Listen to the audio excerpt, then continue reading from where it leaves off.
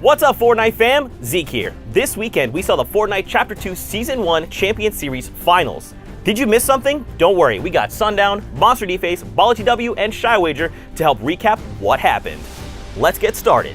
In Middle East, games 4 and 5 were crucial, but in the end, Sane, Namfu, Pancake, and Mev came out on top.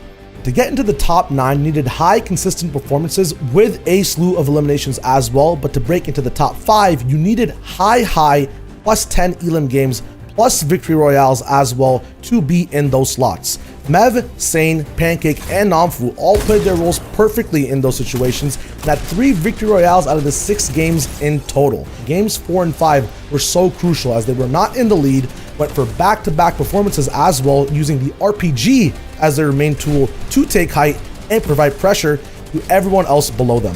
For Game 6, they did come out not actually getting any points whatsoever in eliminations or placement, but their phenomenal performances in Game 4 and 5 led them to actually have enough points to just hold out at 112 for the #1 spot. Yeah, and I would say the key thing there was during Game 4, there was actually an interaction where the 3 top teams ended up on the north side of the same circle, and Pancake and Sane were able to knock off Jawad and Broken, toss over some grenades, pick up the elimination, but rather than push forward, they opted to disengage away, letting Snow, Soriano, Unit, and Brook close out that fight, but because they rotated early, they were the only ones to really set themselves up for success in that Game 4, which they ultimately went on to win. Over in Asia, Hoodjay, Peter Pan, Ming, and Medusa, aka Comes and Goes, held the #1 spot with 98 points. In the Season X Trios Finals, we actually recall that it was Peter Pan and Hoodjay who came in second for Asia. This duo, paired with one of their other T1 members, Medusa, and the outsider DWG Ming, improved on their prior season's performance by coming in first this season. This team was feeling it. An early game exit in Game 1 did not mean anything, as directly afterwards came 2 back-to-back victory royales with plenty of elims contributed by all sides. A notable setup coming out of Slurpy Swamps led them to a comfortable synergy that was unstoppable in late game, where Ming put on an explosive show and didn't allow anybody to stop them. They continued to have good performances all the way through, even though after Game 3 it was pretty much decided. The Season X champions of Rizart and company were actually trying to stay on their tail with 2 out of the 4 other victory royales, but it would not be enough, because at the end of the day, it would be Hoodjay and Peter Pan's squad rise to the throne. In OCE, we continued to see the dominance of the X2 twins, paired with Volks and Geese. 99 points, almost broke triple-digit Sundown. What do you think of their performance? As you talked about, at 99 points, they were able to take away 1 of the 6 matches in a victory royale where they scored 12 eliminations, but the key for them was in their placement. They were never outside of the placement points once throughout the entirety of the 6-match duration. Their worst placement was 8th, and then after that, they had 1 5th place finish, and then the rest were into the top 4. So very well done from them there. And on an individual effort side, the X2 twins played incredibly well, but Volks was really the one who kind of carried the load in terms of their eliminations. Out of their games, he was leading them in elim score in 4 of the 6. So very well done out of him there, making sure he got points up on the board and taking away the #1 spots. 4 points clear of Mr. Fresh Asian, Rel, Jinx, and Blink, who were also very close in terms of the contention. OCE was a joy to watch, and congratulations crowning the squad there.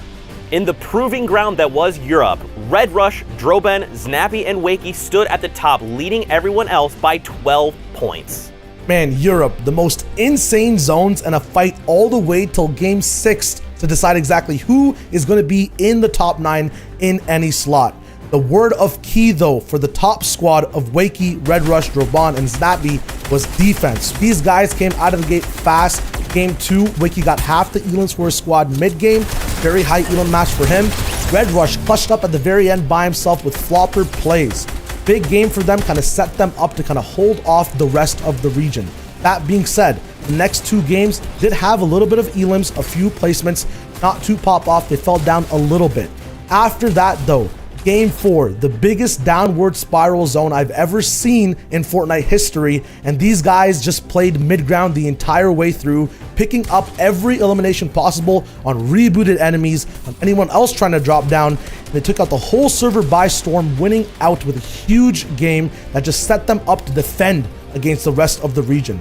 Many teams tried for games 5 and 6, but these guys still played placement with low elims, but just enough to keep their top spot all the way at number 1, finishing off with a huge slew of points and ahead for the top spot for the European region.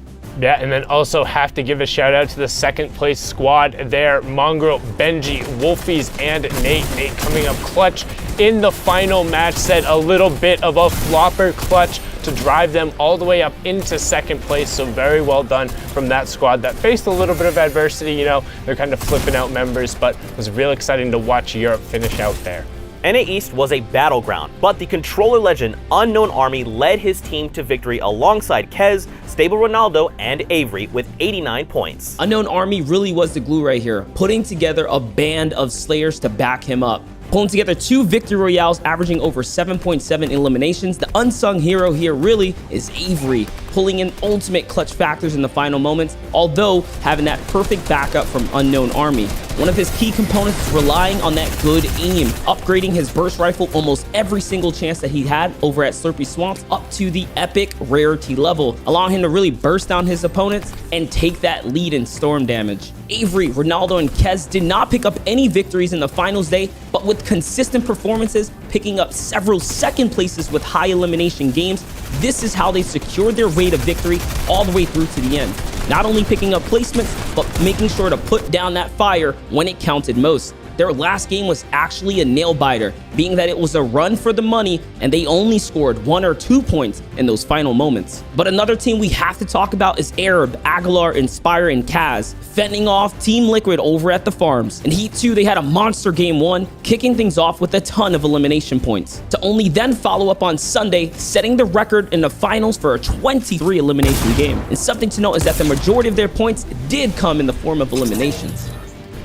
In Brazil, we saw an insane performance. Sheko Boy, Lasers, Igo, and Psycho set a record-breaking 116 points in finals. Sundown, tell me about these guys. So just so you're aware, Psycho is history. We've seen him before. He was partners with Fa at the Katowice Royale, so has had that international experience. They really were on the back of their placement threshold. Only one game were they outside of the top 8, and they also had back-to-back games where they were able to secure the victory royale and then get 20 plus eliminations, one of them rounding out at exactly 20, the other one being 21. That really rocketed them up into the lead. And the key here, which we saw in Brazil as opposed to every other region, was teams would go and they commit for high ground, and when they realized they would pull the zone or had priority on rotating to the moving zone, they would about face and use all of their rockets and all of their light ammunition, particularly a lot of SMGs as opposed to other regions, spraying towards the backside and picking up a lot of eliminations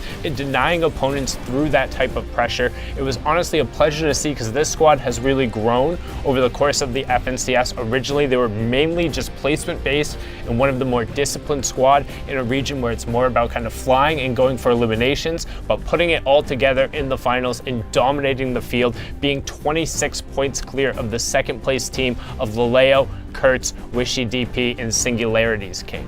And finally, in NA West, Sagis, Kaizui, Domo, and Vicaros were far and away the leaders of the pack, 95 points. And in their last game, they actually only got 3. That's how confident they were in their win. This region was one of the 2 regions where the winning team actually had a 50% win rate. A staggering 3 out of 6 games played were won by Sagis, Kaizui, Domo, and Vicaros. The story of Slurpy Swamps continued in this region, as the incredible setup out of Slurpy guaranteed them the comfort needed to take wins. A clutch 3-piece elimination by Kaizui ended in one of the craziest 1v2s to get their second win and kick off their back-to-back. Kaizui continues to electrify everybody, being one of my personal favorites to watch as they win this FNCS season. And that's it for FNCS Finals in Chapter 2, Season 1. Huge congrats again to all the brand new season champions. And as always, Fortnite fam, we'll see you guys on the Battle Bus. Beep, beep. Beep. Better give him a real beep beep. Are we all beeping? We've never done that before. We've always done that. Yeah, we've done it. He syncs it and he goes beep Thanks to beep. beep beep. Okay. All right.